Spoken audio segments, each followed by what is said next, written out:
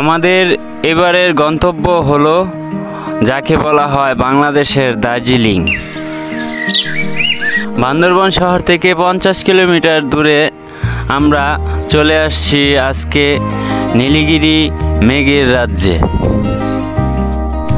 আমরা খুব ভোরে চলে আসছি এখানে শুধুমাত্র মেঘ ছুঁয়ে দেখার জন্য।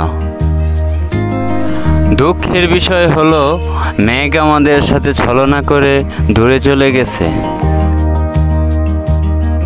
আপনি যদি এখানে মেঘ ছুঁয়ে দেখতে চান তাহলে আপনার যত ভোরে আসতে পারেন ততই আপনার জন্য ভালো হবে এবং মেঘ ছুঁয়ে দেখার একটা সম্ভাবনা থেকে যায়।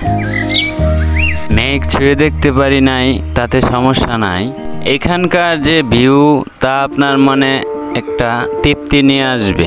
আপনি যদি নীলগিরির চারপাশে দেখতে চান তাহলে এখান থেকেই দেখতে পাবেন এবং চারপাশের ভিউটা দেখতে অসাধারণ।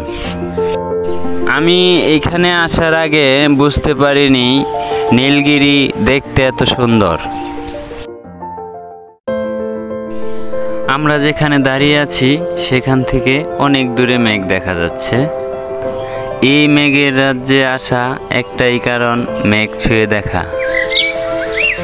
আমি বলতেছি যারা বান্দরবন আসবেন তারা নীলগিরি দেখে যাবেন।